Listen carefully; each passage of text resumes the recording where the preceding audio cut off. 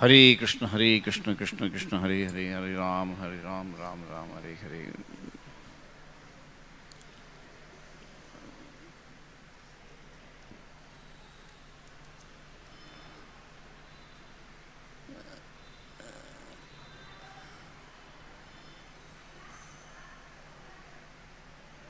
Reading from the Srimad Bhagavatam,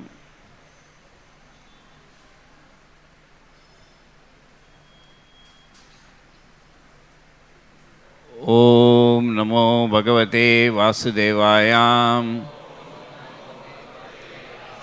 Om Namo Bhagavate Vasudevaya. Om Namo Bhagavate Vasudevaya. Narayanam Namaskrityam Naram Chaiva Narottamam Devim Saraswatim Vyasam Tato Jayamudhiraye Nashtaprayeshu Abhadreshu Nityam Bhagavata Sevaya Bhagavati Uttama Sloke Bhaktir Bhavati Naishtiki. Reading from the Srimad Bhagavatam, Canto 10, the Samam Bonam, Chapter 18, Lord Shiva saved from Vrikashura, text 17 onwards.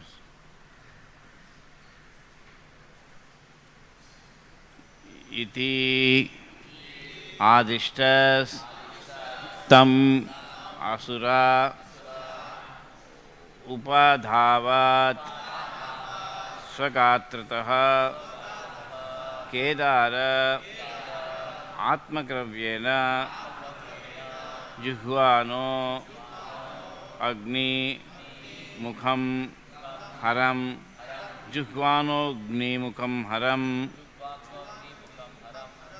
juhvano agni mukham haram iti adishtastam asura iti adishtastam asura upadhavat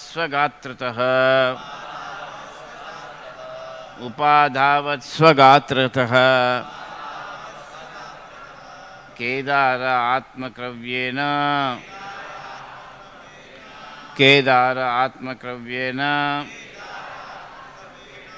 juhvanogni mukham haram iti adishtastam asura upadhavat swagatrataha kedara atmakravyena juhvanogni mukham haram.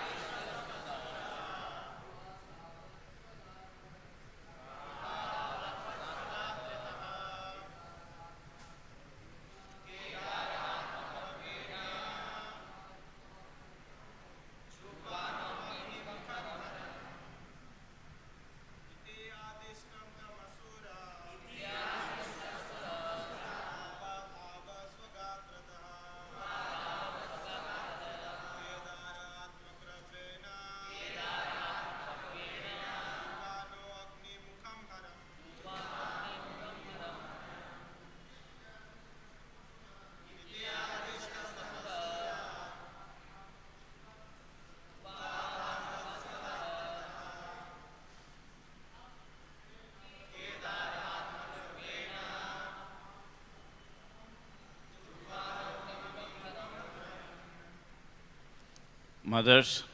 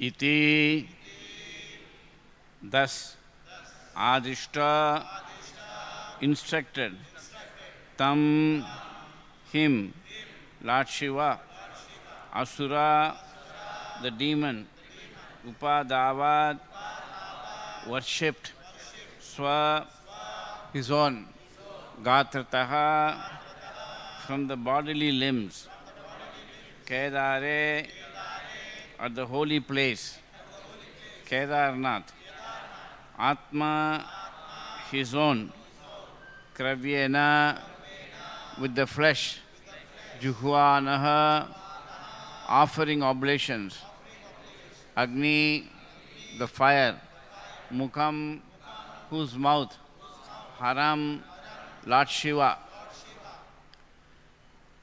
Translation. Shukadeva Goswami continued, thus advised, the demon proceeded to worship Lord Shiva at Kedarnath by taking pieces of flesh from his own body and offering them as oblations into the fire sacred fire, which is Lord Shiva's mouth. Please repeat. Shukadeva Goswami continued, thus advised, the demon proceeded to worship Lord Shiva at Kedarnath by taking pieces of flesh from his own body and offering them as oblations into the sacred fire, which is Lord Shiva's mouth.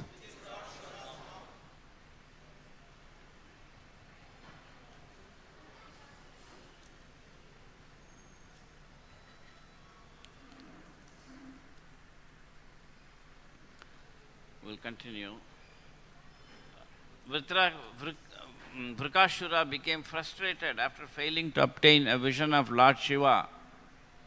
Finally, on the seventh day, after dipping his hair into the holy waters at Kedarnath and leaving it wet, he took up a hatchet and prepared to cut off his head. But at that very moment, the supremely merciful Lord Shiva rose out of the sacrificial fire, looking like the god of fire himself, and grabbed both arms of the demon to stop him from killing himself, just as we would do. By Lord Shiva's touch, Vrikashura once again became whole. Lord Shiva said to him, my friend, please stop. Stop. Ask me for whatever you want, and I will bestow that boon upon you. Alas, you have subjected your body to great torment for no reason, since I am pleased with a simple offering of water from those who approach me for shelter. Shukadeva Goswami continued, the benediction sinful Vrika chose from the Lord would terrify all living beings. Vrika said, may death come to whomever I touch upon the head with my head. Upon hearing this, Lord Rudra seemed somewhat disturbed. Nonetheless, O descendant of Bharata, he vibrated Om to signify his assent, granting Vrika the benediction with an ironic smile, as if giving milk to a poisonous snake.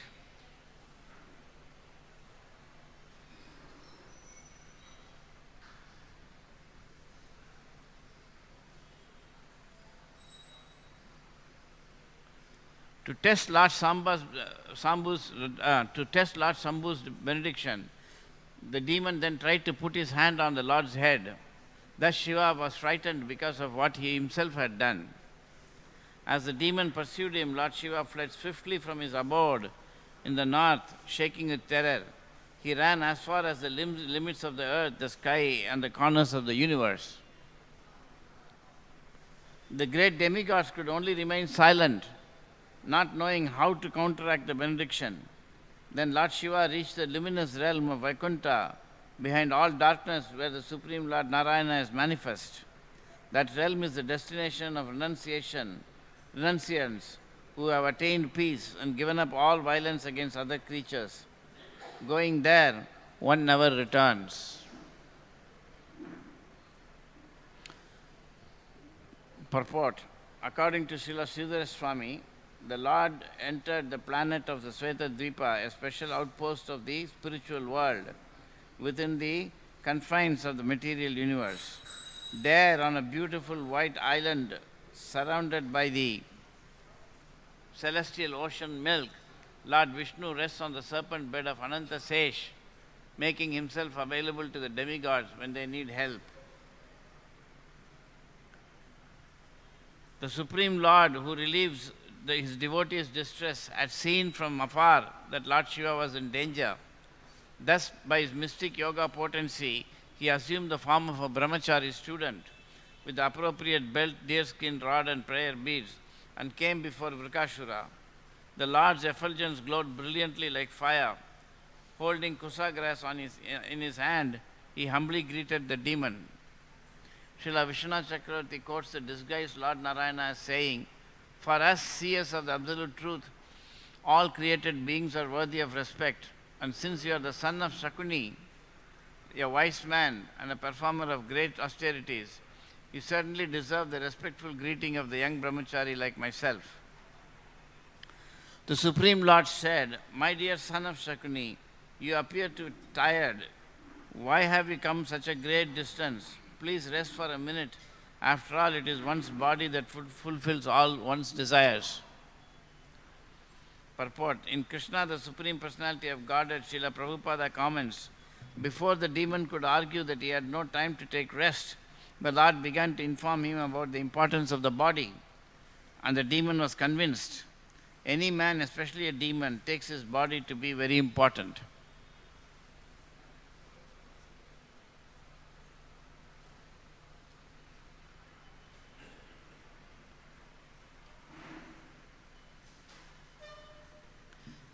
O best of the demons, if you have any faith... no, I think there's some pages. Oh, mighty one, please tell us what you intend to do if we are qualified to hear it. Usually one accomplishes his purposes by taking help from others. Even an envious demon will not refuse the help of a Brahmana's potency to gain his ends. Shukadeva Goswami said, thus questioned by the personality of Godhead in language that poured down upon him like sweet nectar, Brika felt relieved of his fatigue. He described to the Lord everything he had done. The Supreme Lord said, if this is the case, we cannot believe what Shiva says. Shiva is the same Lord of the Pretas and Pisachas, whom Daksha cursed to become like a carnivorous hobgoblin.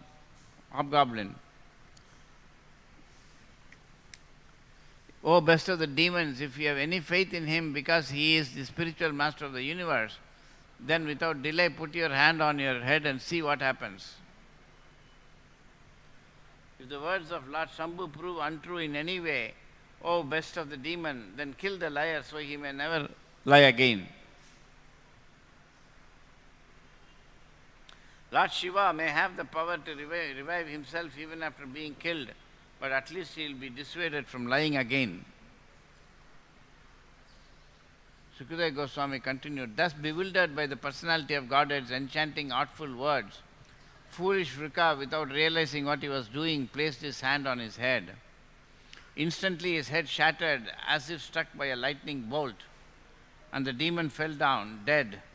From the sky were heard the cries of victory, obeisances, and well done. Sadhu, sadhu. Like that. The celestial sages, Pitas, and Gandharvas rained down flowers to celebrate the killing of sinful Vrikasura. Now Lord Shiva was out of danger. The Supreme Personality of Godhead then addressed Lord Girisha, who was now out of danger. Just see, O Mahadeva, my Lord, how this wicked man has been killed by his own sinful reactions. Indeed, what living being can hope for good fortune if he offends exalted saints? What to speak of offending the Lord and spiritual master of the universe?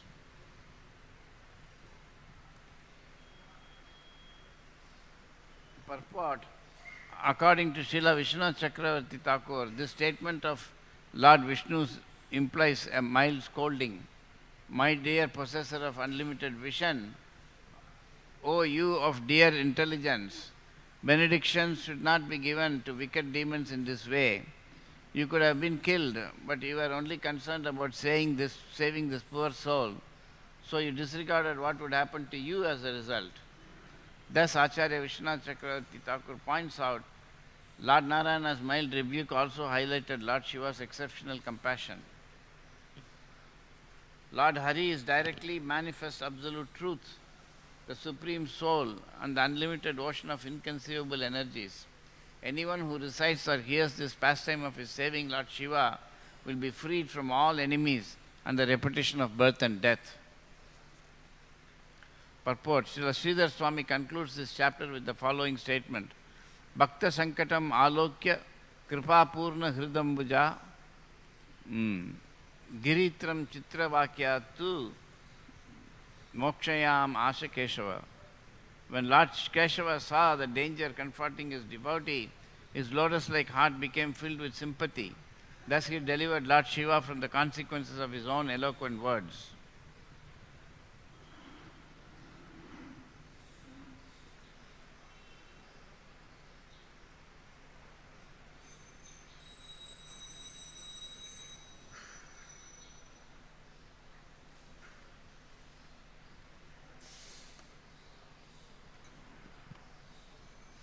नमो विष्णुपादाय कृष्णप्रस्थाय भूतले श्रीमते भक्तिवेदांत स्वामीति नामिने नमस्ते सारस्वती देवं गौरवाणी प्रचारिणे निर्विशेष शून्यवादी पश्चात्यादेशितारिणे श्री चैतन्य मनोअभीष्टं स्थापितं येन भूतले स्वयं रूपकदा मह्यं ददाति स्वपदान्तिकं वाञ्छाकल्पतरुभ्यश्च कृपा सिन्धुभ्यैव च पतितानां पावनेभ्यो वैष्णवेभ्यो नमो नमः।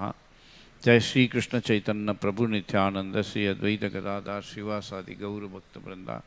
हरे कृष्णा कृष्ण कृष्णा हरे हरे, हरे राम राम राम हरे हरे, हरे कृष्ण कृष्ण कृष्ण हरे हरे, हरे राम राम राम हरे हरे, हरे कृष्ण कृष्ण कृष्ण हरे हरे, हरे Ram Ram Ram Hare Hare.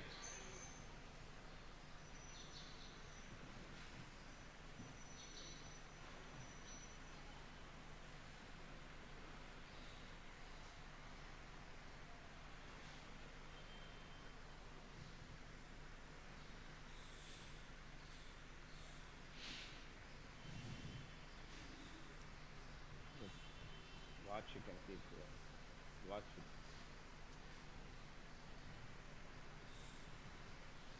Thank you.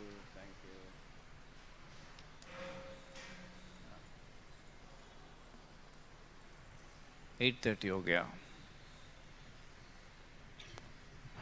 Up to 9:30 we can go. That's enough. 1 hour.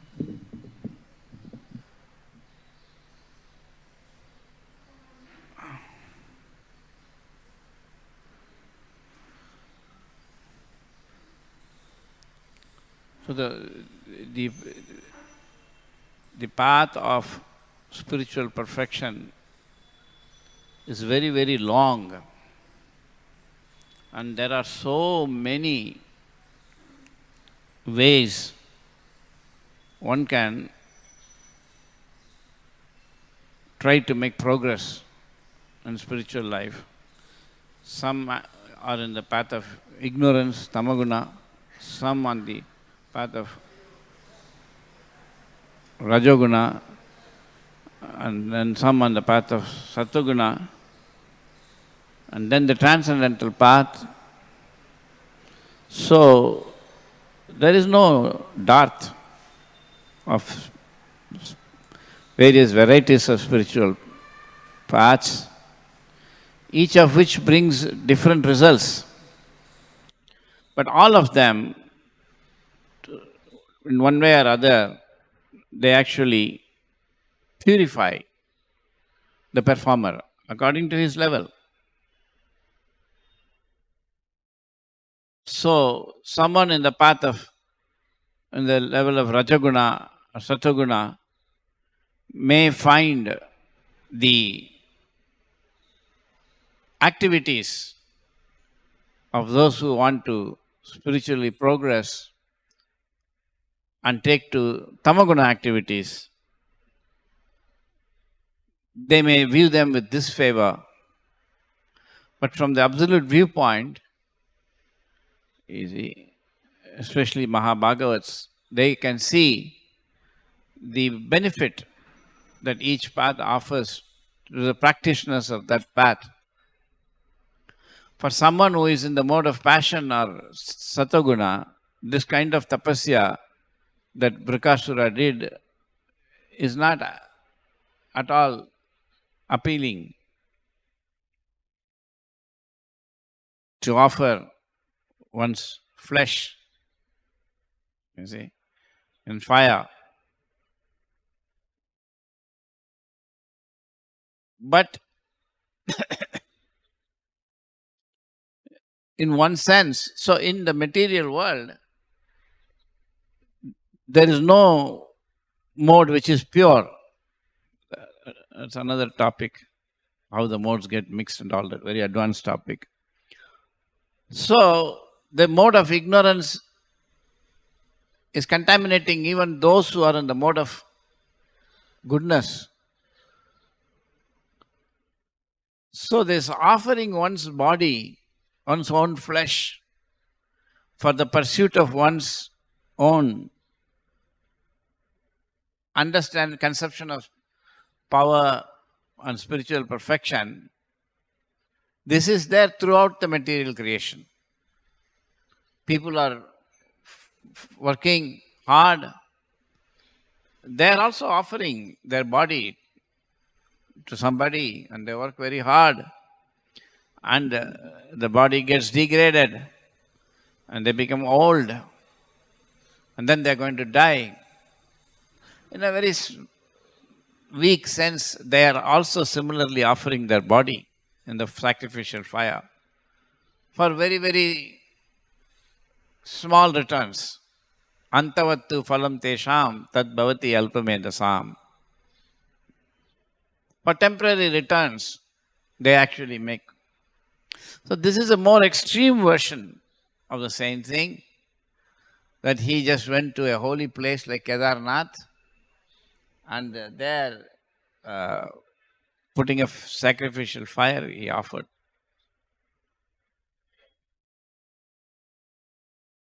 So, when I'm speaking, I'm not speaking for the general people, but generally when I speak, I'm speaking for a very particular class of people. These are devotees, practitioners of the transcendental path of Krishna Bhakti, who are desiring to get out of their position of ignorance. Tamoguna means ignorance. So I'm not preaching generally to anybody and everybody. I can, I don't, because, and so only I don't expect everybody to be able to follow the class or, get benefit from, unless you are actually interested in going past our current position in spiritual life. If we think that in whatever level we are, if we keep doing, we will progress, then what I'm speaking will not be understandable and will not be of interest. Srila Bhaktivinoda Thakur gives the example of somebody who is climbing a coconut tree for livelihood. Such a person no matter how much he improves his climbing the coconut tree, we never learn how to go to moon planet, Prabhupada said. Srila Bhaktivinoda Thakur said. That is not the way. For that he has to do something else. Similarly, if we are practicing at one level and if we think simply practicing it at that level, we will reach the next level, it's not possible. Very, very important. So, spiritual life has got unlimited levels.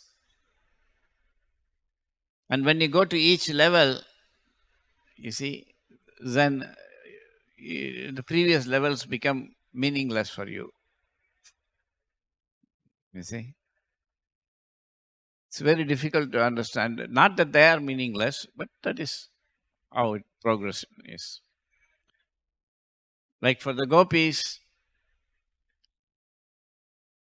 anyone thinking of anybody other than Krishna is impossible and meaningless.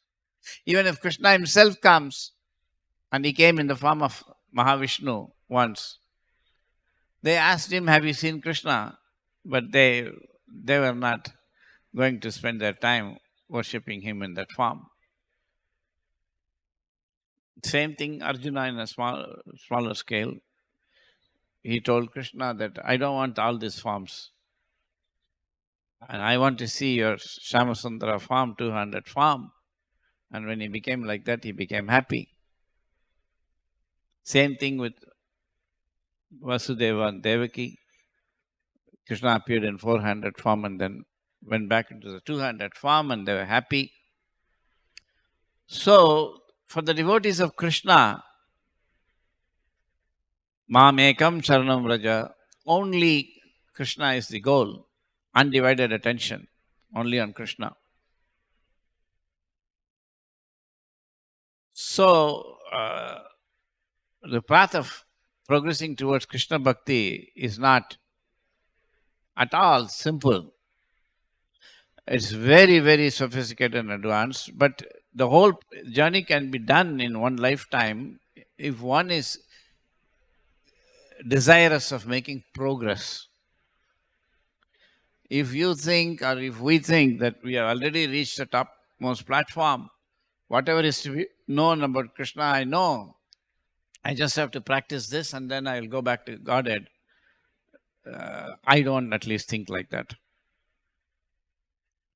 So, these pastimes of the Lord, we can actually understand from this that when there is bhakti performed in the mixture of these modes of nature, you see, it is not pure bhakti, it's not conducive to developing prema. So we have to be always on the lookout to see how we can become pure and, free from contaminations. Esham tu antagatam papam jananam punyakarmanam te dantomoha vinirmukta bhajante mam tadavata. If we are actually, bewildered by material energy, like this man was bewildered, then there is no way we can actually get out of the ocean of material existence. This Rukashura was, he had high parentage and he was, Lord Shiva himself, he could please. Lord Shiva touched his body and whatever flesh he had cut and everything got healed. And he could go anywhere in the universe because of his tapasya. He could follow Lord Shiva. And he could also enter the Svetadvipa, the milk ocean. And he could see the Lord directly. He could hear the Lord speaking. It's not so easy to hear the Lord speak. And the Lord's speech is so fantastic. Even if you just heard one word, your life will be perfection, So he heard the Lord speak. Yet, at the end, he met with destruction. Because there were so many anarthas there and they had to be removed. Therefore, we have to be very, very, very careful, and we have to lift ourselves above the platform of ignorance. We cannot remain in ignorance and hope to advance. One must have knowledge, jnanam. Therefore, Krishna says the first step in the Bhagavad-gita, tad viddhi pranipatena pariprashnena sevaya upadakshante te jnanam jnaninas tattvadarshana. Those who have actually seen the truth, they can impart knowledge. They can impart knowledge. Very, very, very important.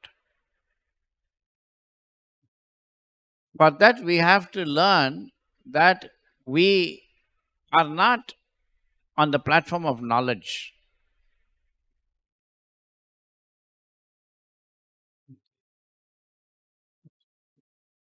Very, very difficult. What I am going to speak, you will not be able to learn by reading the books, but it's in the books. So you have to, only somebody might be interested. They might think, oh, why should we know all of these things?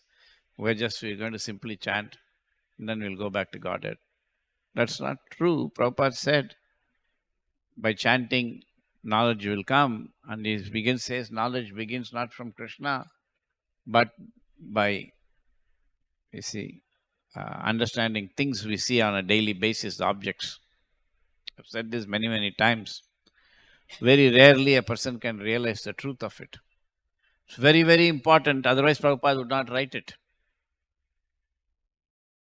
Prabhupada is saying, when you chant, you will get knowledge, and that knowledge begins not from Krishna, but from understanding objects that you see every day. Extremely important. So what are the objects? And why should there be knowledge to be gained about them? And why should that come from chanting? Because chanting is the complete process.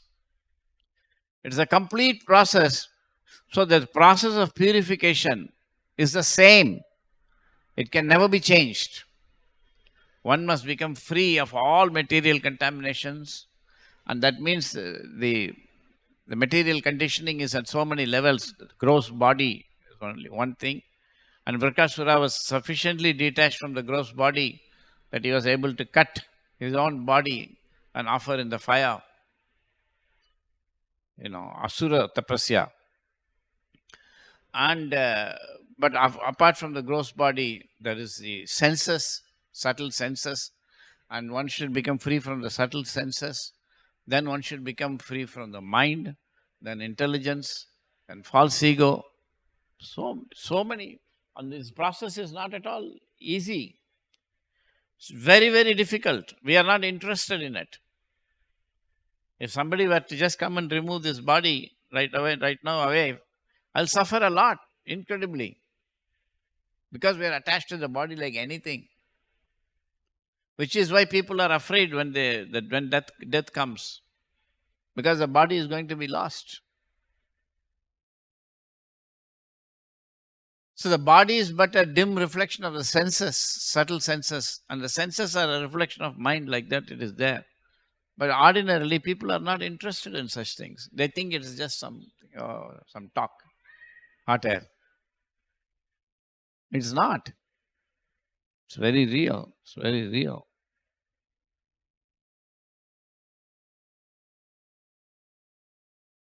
So it is not within my capacity to explain what will be the relevance of it or who should learn it. But everyone should become learned in the science of Srimad Bhagavatam. See? So Brikashura was very advanced. He could do tapasya that we cannot even imagine, but he was in Tamagun. Whereas Krishna consciousness is directly meant for going beyond Tamagun practice, Rajagun practice, and even Satagun practice. Transcendental practices are given. But the method of purification, the results are the same. Whatever is done by all these other methods, all the purification that you get slowly, step by step, all of that can be achieved simply by chanting and following the process, which is the process of loving Krishna. Hare Krishna, Krishna Krishna, Hare Hare, Hare Ram, Ram Rama, Hare Hare. I mean, that's the process. So unless one becomes, one is able to see people who are factually advanced, and unless we become attracted to that advancement, it is not possible. We all have that degree of some appreciation, because when we come in touch with Srila Prabhupada through his books and teachings and lectures, and we get attracted. But that attraction has to be cultivated more and more and more. And we must always have that thing that I want to reach the same stages. Otherwise, how can you progress? You see? If we think that we have understood everything and this is the process now, we'll just follow. The process itself can be understood better and better. You see, that's an important point. And that's the main thing. So you can put that poster.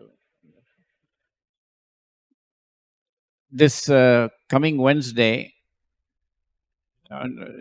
we are doing one program, an online program at the Bhaktivedanta Institute upstairs, the Institute for Semantic Information. That's a workshop, national workshop on philosophy of science. It's there. You can see it. You can go to their website and get full information. So there will be talks about mathematical logic. There will be talks about philosophy of chemistry, philosophy of physics, philosophy of computing. Like that, these lectures will be there. And the devotee is likely to say immediately, what is the connection between this and Bhagavatam? Maybe this is for people who don't care for Bhagavatam. This is to attract them. It's an indirect process. But we are already chanting Hare Krishna. For us, we don't need these things. That is not true. In fact, the theme behind this is fundamental to making progress in Krishna consciousness. But that it is not within my power or capacity to explain that. When the time comes and the right person comes, that will be manifest. But I have to do my job. We're doing it. So one can ask, because what is the connection? The connection is this point, that we must get knowledge. Without knowledge, there is no proceeding.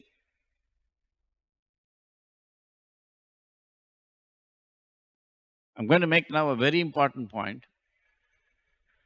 But we might think like, well, we are getting knowledge, we are reading Prabhupada's books, we learn Krishna is Supreme Personality of Godhead, I'm not the body, I'm spirit, soul. Like that is not yet knowledge. Because one who is in knowledge will never commit mistakes. But we are always committing mistakes. Our senses are imperfect, Srila Prabhupada said. So why are we not having knowledge? This point will be a shock to devotees. You see.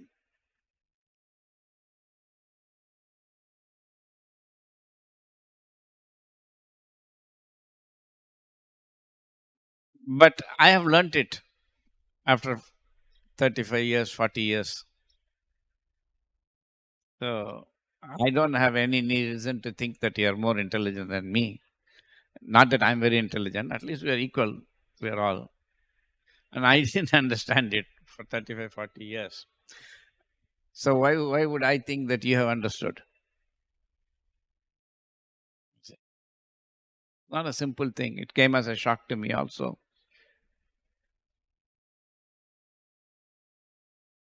Because we are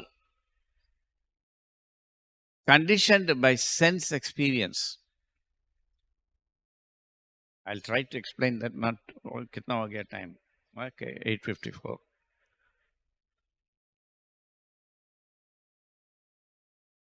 See, these are all there, but not Om Ajnanatimurandasya Jnananjana Salakaya. I am born in the darkest of ignorance. Because we are, so this is meant, my classes are also meant for those who realize that I have to do something more to progress, to actually progress. Otherwise, this is something I started on day one and I'm doing the same thing. I do not become factually detached from my body. When Mother Devahuti heard from Kapila, Lord Kapila, her transcendental son, and she practiced, she was completely freed from bodily conceptions. She was not even aware of her body, Mother Devahuti. It is there in Bhagavad. So those who were her, because she was also a queen before, she was princess. So those who were actually attending on her, arranged by the king, because he knew his daughter's husband has gone to the forest. They were actually dressing her every day. She was not aware. Exactly like Shukdev Goswami, freed from bodily conception. So if we are not freed from the bodily conception, I am not, then at least I should have the earning. When will I become free from bodily conception? This is spiritual life. And you can't do the same thing and think that you will get a greater result. Very subtle, because people might say, oh, this is a transcendental process, it's absolute. That's all right, but you are not absolute. So we mean that as you progress, the same process will give you more results. But if you don't progress and you think that it will give me the same result, that's not good. In the beginning, for example, we are chanting, but it is in offensive stage. We cannot expect to chant only in the offensive stage, and then you have to make effort. So how to then go, you have to know what are the 10 offenses, and you cannot practice how to get rid of the 10 offenses. For that you have to have knowledge. Very important. Without knowledge, nothing can happen. Transcendental knowledge is the beginning of Krishna consciousness. That knowledge is not so easy to obtain. Great sages had to do millions of years of tapasya just to learn, to hear from the Guru, the idea that you are not the body, you are spirit soul. And Arjuna had to go through so much of mental anguish in order to hear from Krishna, you are not the body, you are spirit soul. You see? But Lord Chaitanya's mercy is such that that knowledge is being given to Srila Prabhupada, to everybody. But that knowledge has to be cultivated, internalized and realized. And the process should be known. So, we are actually on the platform of sense experience. You have to be very...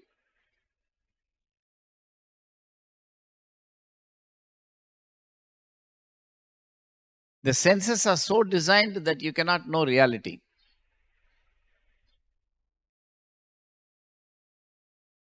So, when you perceive, the world is so done that you will perceive what is not there.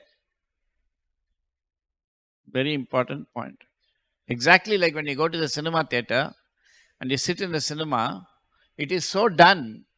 The lights are switched off, and then the camera projector turns on, the film runs, and then there is a light only going on the screen. And so many things are happening. At the end of it, what? You see somebody going, running, somebody is fighting, somebody is singing, dancing. All of that is not there. The entire cinema is so made that you will see what is not there. You will not see the theater, the screen, the chair, the people and all that, but instead it will take you to another world. Exactly like that, the Mahat Tattva covers.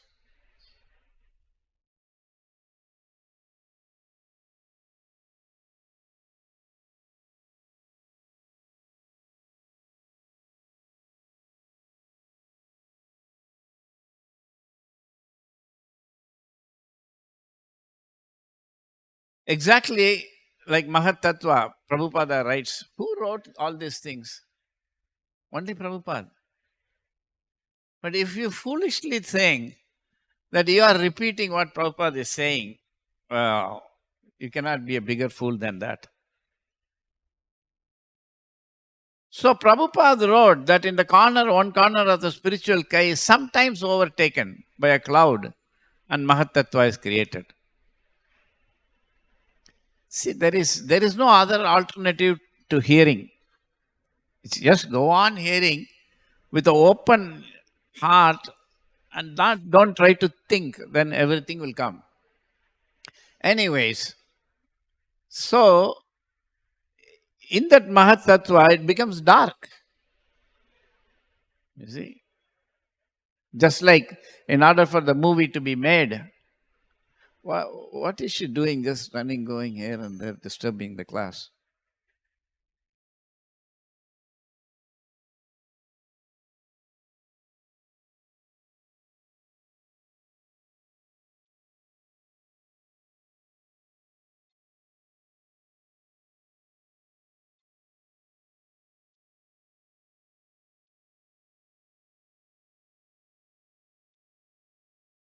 And what was I speaking? Yeah. So the Mahat Tattva creates a dark, small enclosure, exactly like in the theater. You get a dark enclosure. Because in that theater, when the darkness envelops, then you forget that you are actually where you are. And then only inside the movie can begin. Similarly, the material enclosure called Mahatattva, which is by nature dark. Om Tamaso Ma'a Jyotirgamaya. Tamas means darkness. Don't stay in this darkness theater. Come out. They're saying. The theater never stops. It's going on permanently. So inside that Mahatattva theater, when it becomes dark, it's a closed space.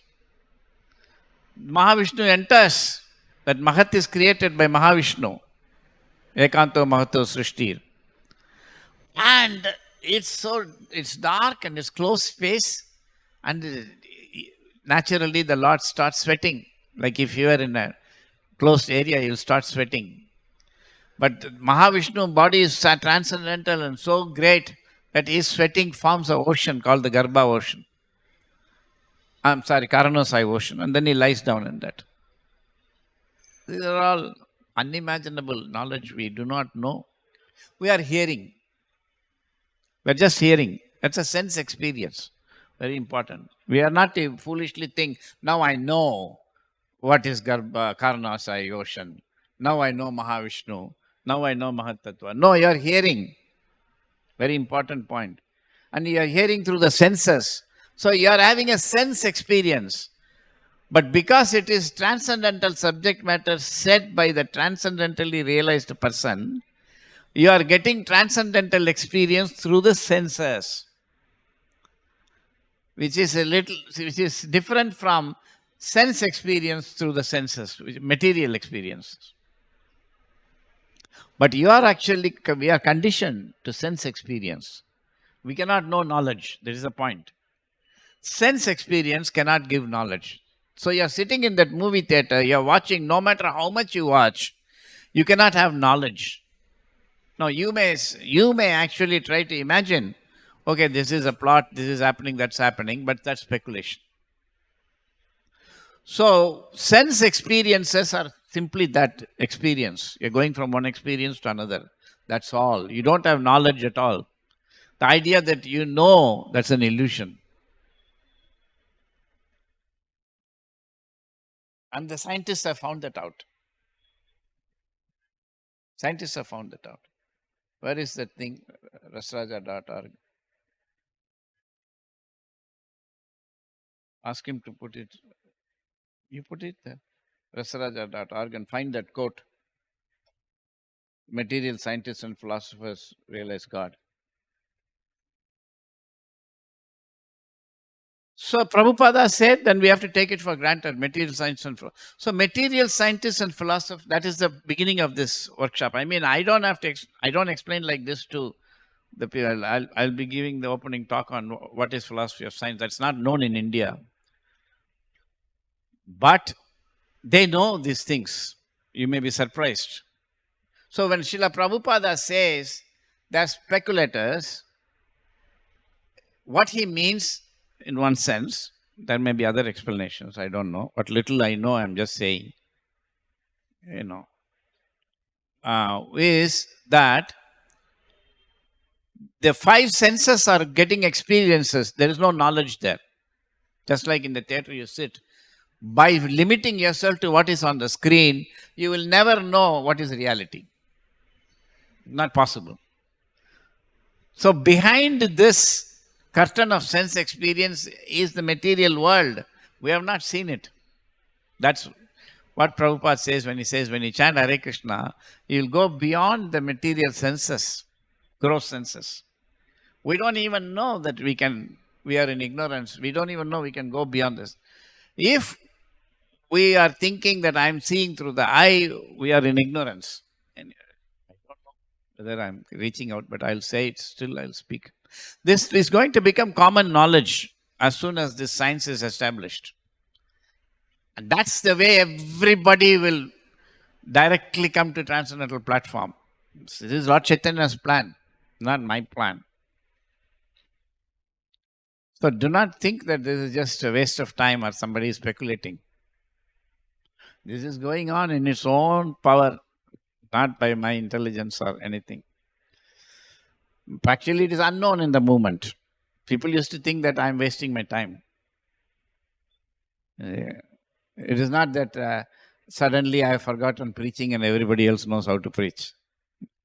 What everybody is doing, I have done before they were born. Not preaching. But Prabhupada said this, if you want to do what I want, you can't be doing all this nonsense. Stop it and you do this work.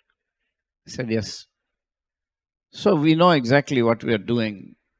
That's why it has never changed. Did you find it out?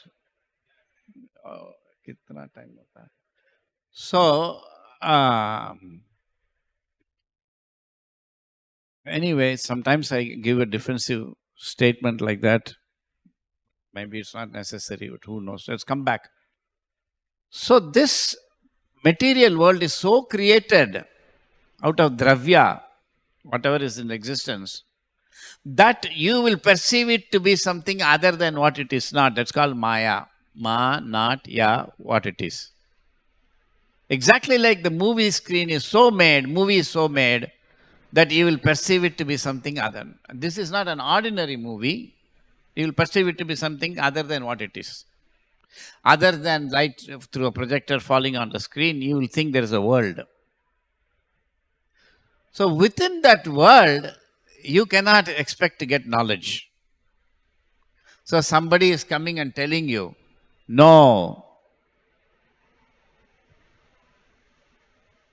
Isn't it? This is not the place to be. This movie is not the reality. The reality is when you can go past this. That knowledge has to be given by someone who knows. So Prabhupada gives a simple example. Sun, you up through your senses, you see it in some particular way. It's a small disk. But someone in knowledge tells you, no, it is actually a planet much bigger than Earth. and very far off, then you get knowledge. That is not by sense perception, that is knowledge. But that knowledge is coming to you through sense perception, and therefore it is still faulty because you are receiving it faulty. Not that the person speaking doesn't know, but you cannot understand. So not only he has to speak, but you have to receive it beyond your senses. Divya Gyan Hriday Prakashito. Therefore, in the beginning, when you read the books and you get transcendental experience through the senses, learning about so many other things, then you start performing purificatory activities, which are actually the final sadhana and sadhya are same, we know all of that. But when you perform these activities in the stage of purification, and then you do devotional service, and when he is pleased, one who is in knowledge will give you in the heart. That time you get transcendental knowledge. Until then, you are getting experiences, either material experience or transcendental experience, but it's all in the senses. So one must get the thirst to go beyond sense experience. That is called spiritual life. That is on you. That is not on Prabhupada, that is not on Krishna. We have to endeavor. That is called, what is it called? Tapasya, and you are doing. You have to strive for progress. And of course, that by itself will not give you progress, but when they are pleased, the transcendental authorities, then they will impart knowledge in the heart, directly, soul to soul. And that is untinged by the modes of nature, Tamagun, Satagun and Rajagun. You see? So, the scientists and philosophers have figured out that knowledge is beyond experience. No matter how much experience you have, you cannot have knowledge.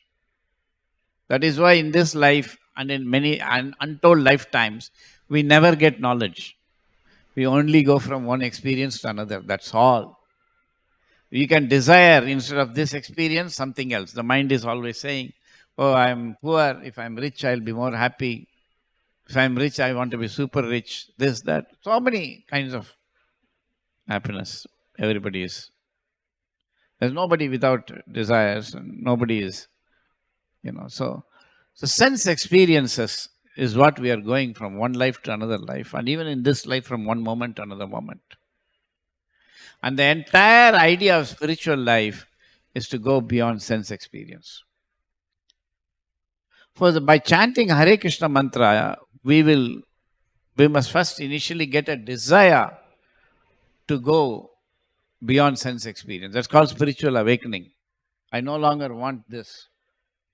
I want actual transcendental knowledge and transcendental plane of existence. The soul can be raised to that. It's a very great process. So that how did the scientists have come across this thing? It's 2,000, 3,000 years they have taken in modern times. They have found out many, many, many things. Many, many things. You see? I'll just give you only one small point and I'll finish. 9:13. It will take 3-4 minutes. One idea, of course, I can say this in very technical form, which I'll be doing it in the conference. I won't do that now. In a very simpler way.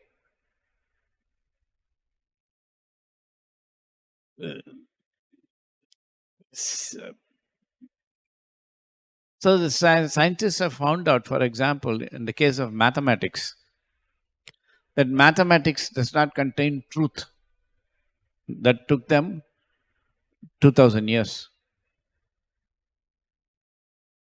Why are you nodding your head? Don't nod. You don't know what I'm speaking. Even if you're a PhD in mathematics, you wouldn't know. So why are you nodding? Just listen, that's all. Sorry to give you a little sauce, but never make the mistake of thinking you understand. That's not possible, because understanding comes here. And I'm not capable of giving you that. That's the difference between Prabhupada and me. He can actually give you in the heart when he's satisfied. That's the whole idea of the Guru. If that is not required, you don't need a Guru. Guru is not fashion, Prabhupada said.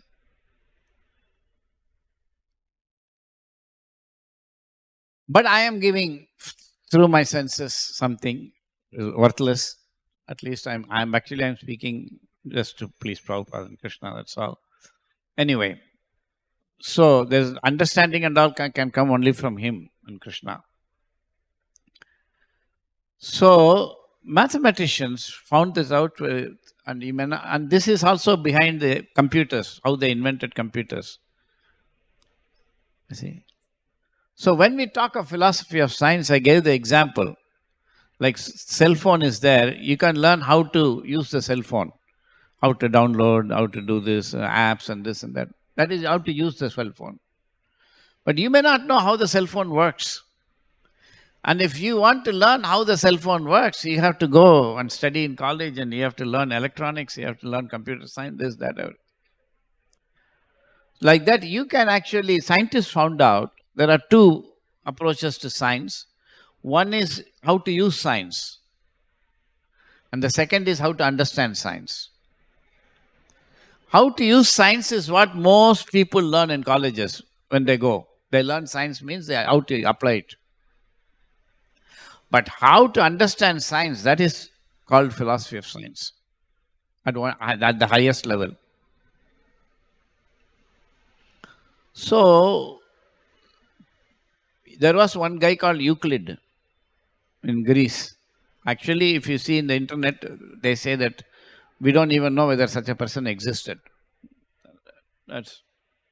So in any case, some others say he existed, but he codified what was existing before. Like Panini didn't write the Sanskrit grammar, but he codified what was existing. All right, so this guy Euclid, he made geometry, which you learn in school, Pythagoras theorem, this, that, everything.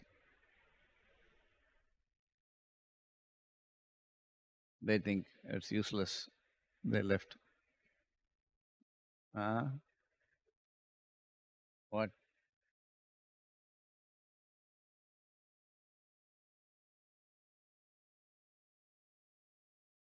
After so long. Anyway, so scientists found out that, so Euclid used to think, and we are also taught that in school, that these are actually true. For example, if you take two parallel lines, they never meet. Isn't it? You learnt in school or not? Parallel. And it's called an axiom. Axiom means it's evidently true. That's what they used to think. But that's not true, mathematicians found out. That parallel lines cannot meet at infinity. They can meet before infinity. They can meet after infinity. Everything is possible, they found. That, when Euclid was 2000 years ago, so in 1850, this theorem was found out by three different people, Lobachevsky and Gauss and Riemann. They developed the geometries. Out of those geometries, one geometry, Riemannian non-Euclidean geometry, got used by Einstein in theory of relativity. And that geometry is used actually in your cell phone for your map. But you are using the map every time. You are putting the address and it is saying turn right, turn left. But you do not know that this is connected like that. Then how you have knowledge? You know how to use the phone, but you don't know how it is working.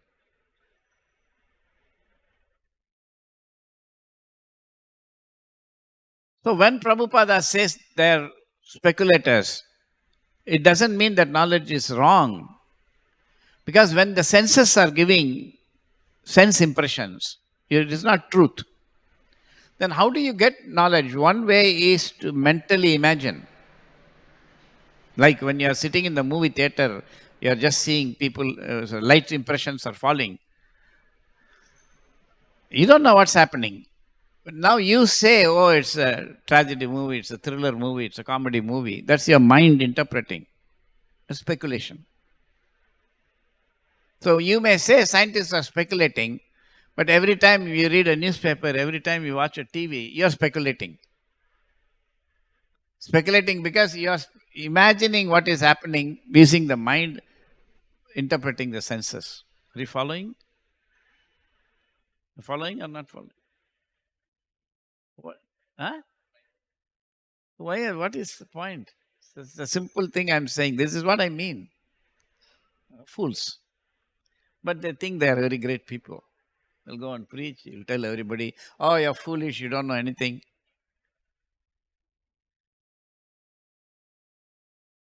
And I'm making it so simple, but I cannot speak what I want to speak. Doesn't matter. You should understand. You cannot say, no, I don't understand. One who is in knowledge must know things as they are. Prabhupada always say, as they are. I'm making the point that in the movie theater, what is on the screen when your senses are get sense impressions, you don't know what is going on. And when you imagine it to be a movie plot, that's your imagination, speculation. You understand that or not? Why you say you don't understand? So when you go on the street and you say the bus is coming, it will take me to Nariman Point. You're speculating. Do you understand that or not? That is the meaning of the word speculation. Means knowledge constructed out of sense experience using the sixth sense, mind. Are you following? Anybody is following? Put your hand up. Is there at least one person who is following?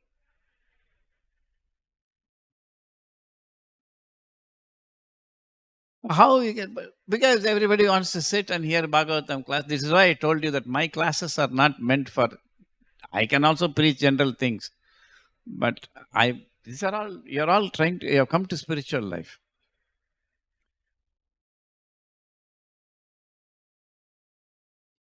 In other words, when simply sense impressions are coming, you do not have knowledge. And when you have a feeling of what is happening, when you think, that is interpreted by the mind. You understand that or not? Then why do you say you don't understand? Such a simple thing. Why? That means you don't accept or what? I don't know. When you say that this is a shirt, that's speculation. Do you understand that or not? Why? It's a definition, technical definition. Speculation doesn't mean it's not truth. It simply means that you are getting some sense experience through the five senses, its color, its shape, and everything. And you integrate it and you say that it is my kurta. That is a mental construction of the sense experience. That's the definition of speculation. Do you follow that or not? So why do you say you are not following? No, I'm making it more. I can speak like that, but people may not follow. Are you following? So when your sense experiences are integrated in the mind and you use what are called concepts to actually name them, Rupa, Nama and Rupa, these are all there in the Bhagavatam, but you cannot know by your speculation. You can stand upside down for millions of years, you will not know this. Vidya Vinaya Sampanne, when Vidya comes, because you have heard from the right source, then Vinaya, then you get, oh, I don't know this. When you should come to know, oh, I don't know anything. I'm speculating every moment of my life, meaning I am actually taking shelter of my mind to get knowledge, mind and intelligence, the subtle body. Sense experiences transform into knowledge by the subtle body and we live our life. Is that point clear? This is all the sum and substance of material life. And you have to go past that. So when you hear from Prabhupada, and you absorb, then you actually get knowledge. So what happened was, I will just say this, you have to be interested. They found out in 1850, after Euclid, 1800 years later, that geometry can be constructed differently. There can be a geometry in which parallel lines can meet, and there can be a geometry in which parallel lines need not meet. That's all it is. It's very abstract. Just accept that. So once they found that out, this is very important point, they found out that mathematics is not about truth. Because parallel lines will never meet is no longer a truth. It is not even an axiom. Axiom means self-evidently true. It's a tautology. You should learn these words, tautology. Tautology means true by definition. True by definition.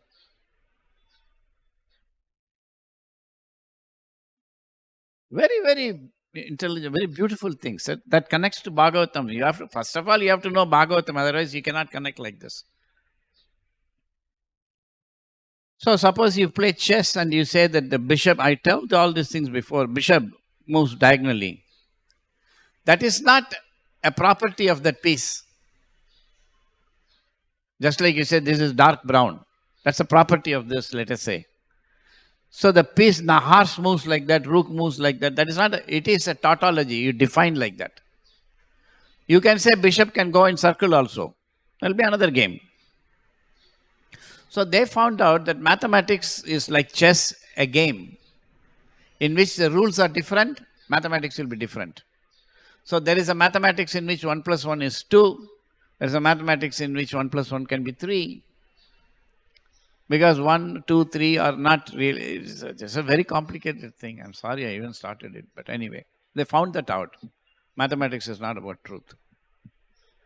Then when mathematics is not about truth, then what is it? They say this is called axiomatics. You just move certain things in a particular way. That is, you play a game.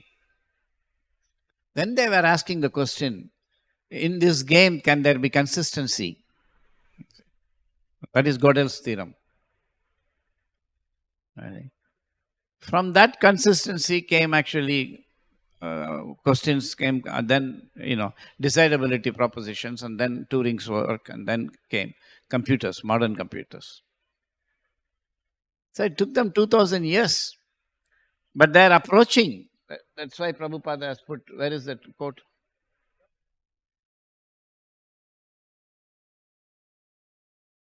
No one other than Prabhupada can write this. See? Can you read this loudly? Read. Godhead is actually realized in the vision of a material philosopher and scientist through the manifestations of his material energy. So Prabhupada is writing,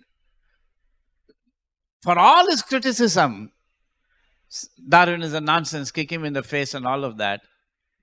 While writing, he is writing that the materialist philosophers have actually understood God. I don't know any other spiritual leader in modern times who wrote like this. Only Bhaktisiddhanta Saraswati Thakur wrote, Srila Bhaktivinoda Thakur wrote, the Acharyas wrote. They know, they have knowledge. They have knowledge. They are not under the influence of sense impressions at all. Exactly like somebody who comes inside the theater who is not interested in the movie. He's not going to be absorbed in the movie. He sees people. He sees this is a theater and there people are sitting and watching. But those who are watching, they are not. So we are watching the movie, but Prabhupada is watching us. Not an ordinary person. So 24/7, this is a real person. Nobody is like that. So Prabhupada's writings are unimaginable. The more you learn, the more you can understand. So if you simply stay on the platform of saying, oh, this is like this, Prabhupada has said this and we know this, we are preaching. We'll be foolish. Better be very careful. So this is a very important project meant for revolutionizing the world. Exactly like when Prabhupada wrote the first canto of Bhagavatam and he said this is meant for bringing a revolution in the impious lives of modern civilization. It is simply continuing that work. That's why it is their work, it's not my work. I also don't understand much of it. It is meant for changing the world. So it's coming in a slow way. It will come in its way. So it's a very powerful conceptions are there behind this. So then somebody said that why not we then see in this conference we speak in ways that are different. But if the same subject is also Bhagavatam, why not we have for devotees and ISKCON youth something that more directly connects it, like today's class is like that, connecting it. And it can be.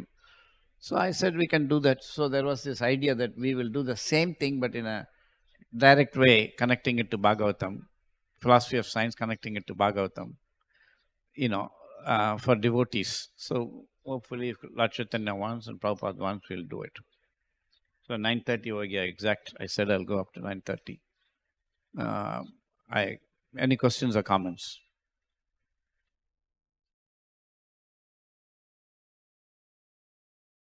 You followed now at least?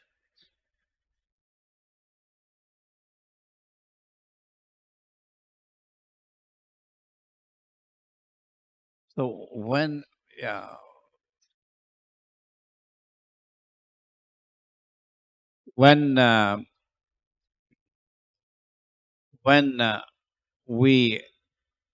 so in this material world, whatever we think is knowledge is speculative knowledge, means knowledge obtained through our senses, which means senses and the mind, which is also a sense.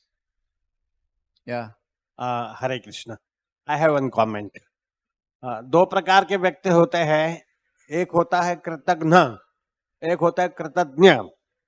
कृतज्ञ वो व्यक्ति है जिसको उपकार करने पर वो अपकार करता है, और कृतज्ञ वो है जो एहसान करने पर उसको याद करता है.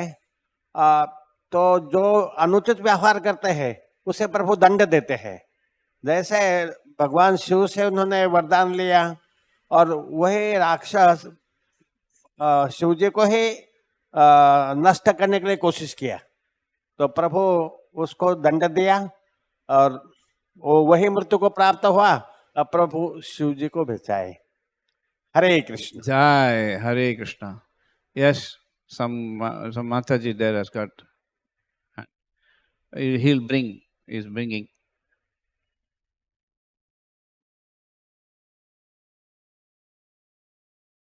Hare Krishna, Prabhuji.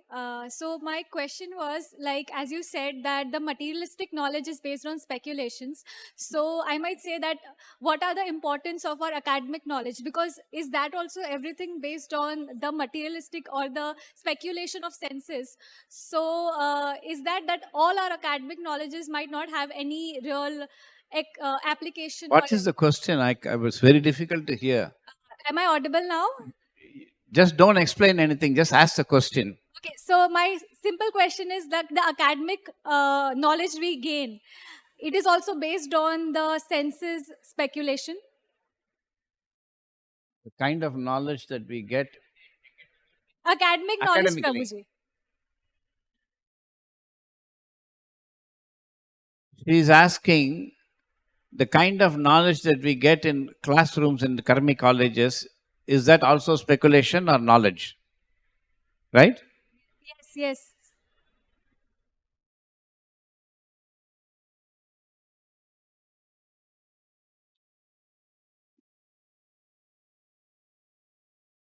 That depends on the teacher and the student.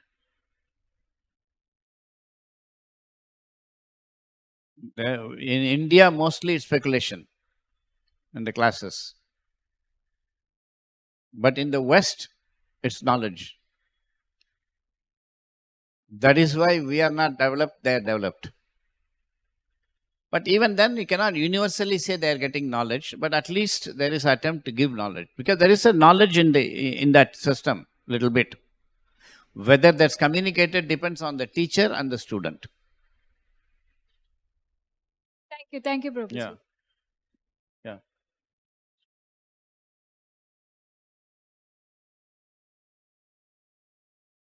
Yeah. Just what is the question? Just ask a question. Precisely, you should ask.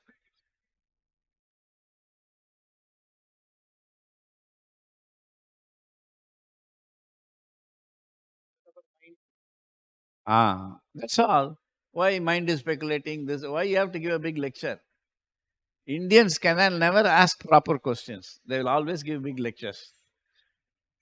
So his question is, how do we distinguish between instruction given by Paramatma and instruction given by mind, which is end up in speculation?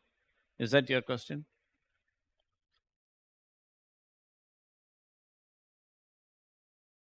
First of all, the Paramatma is not giving knowledge to everybody. He is aloof. Unless one is a devotee, the Paramatma does not agree to give knowledge. It's not that Krishna is catching everybody in the street and saying, I want to speak Bhagavad-gita, can you please hear? No. He tells Arjuna, because you are my devotee and because you are not envious of me, I am teaching you. So Prabhupada says that the Lord as a Paramatma is only Anumanta and Sakshi. Anumanta means whatever nonsense I am planning, he allows according to my karma, and Sakshi is witness. No one can ever say at the end, oh, I didn't do this, why are you punishing me? That witness comes in so many ways. Agni Sakshi, Surya Sakshi, Nakshatra Sakshi, so many Sakshis are there. When you get actually married in front of the fire, Agni Sakshi. That's there.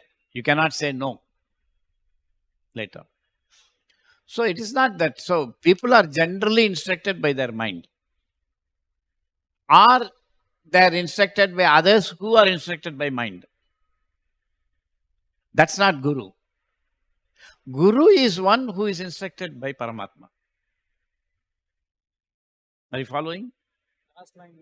Huh? Last line didn't follow. No, the Guru is one who is instructed by Paramatma, not by his mind. So when you actually hear from the Guru and follow, then in your life you can have instructions from Paramatma. There's no confusion about that. Otherwise, we are under the mind always.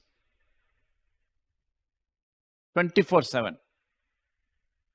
You are under the grip of the mind and complete speculation. Should know this. Otherwise, why would we want a Guru? This is our sad situation. That has to be. Prabhupada says that we have not taken it seriously. We have the illusion after reading Prabhupada's books that I have knowledge now.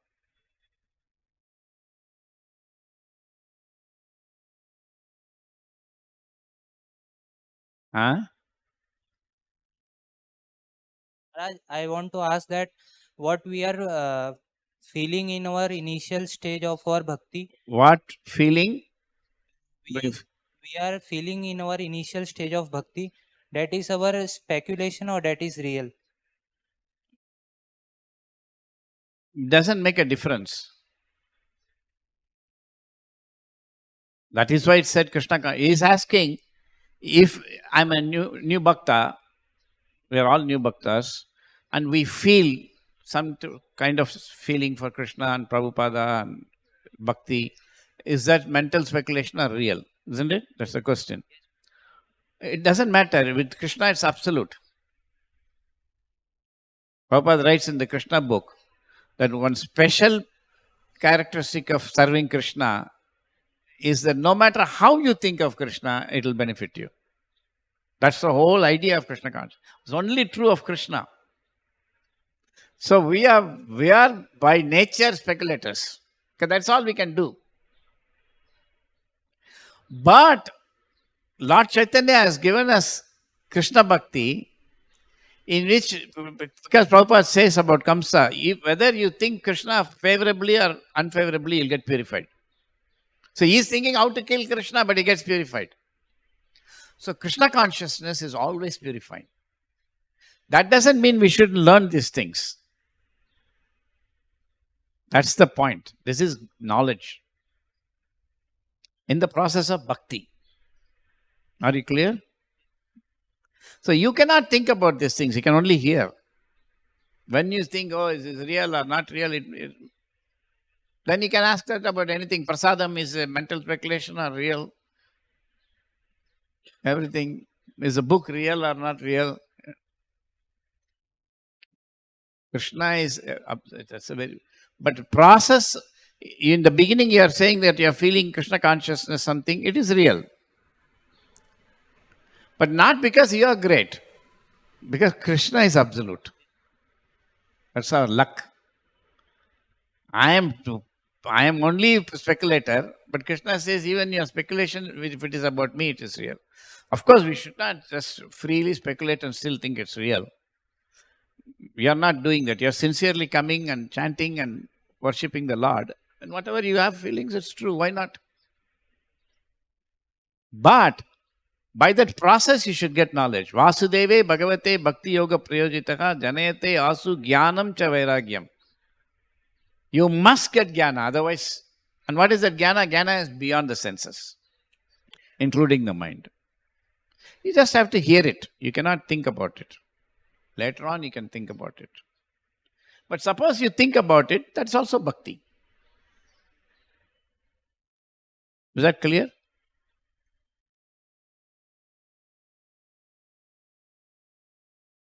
Hare Krishna. Hare Krishna Prabhuji. What is the meaning of what is the meaning of science when Srila Prabhupada? What is the meaning of time? Science. Dance. Science.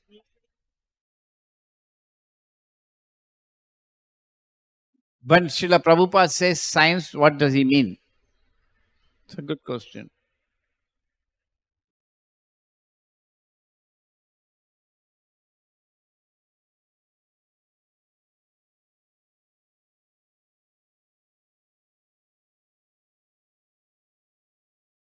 Well, science means knowing reality. That's what scientists are also. It's a very difficult question. I mean, its answer can be very, very long. And you, in order for you to get the answer to these questions, you have to learn basic things. Unless you are taught basic things, how can we give the answer for this? If suppose you ask me, what is mathematics? There are millions of answers for that.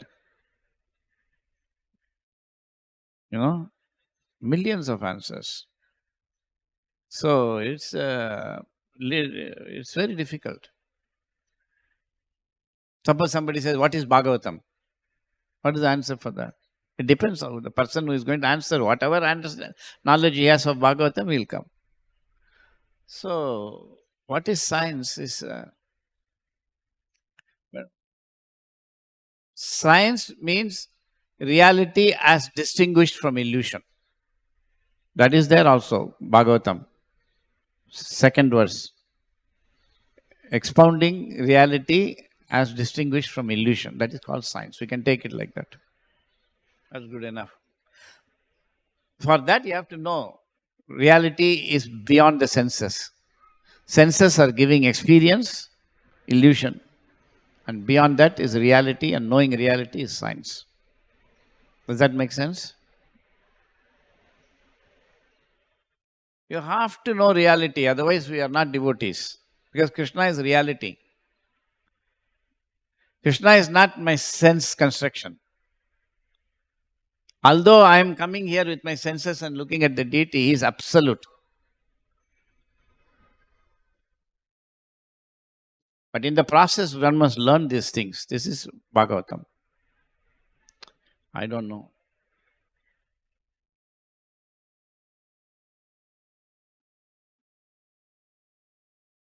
If there are no other questions, we'll stop here. ग्रंथराज Shrimad Bhagavatam की जय, श्रील प्रभुपाद की जय।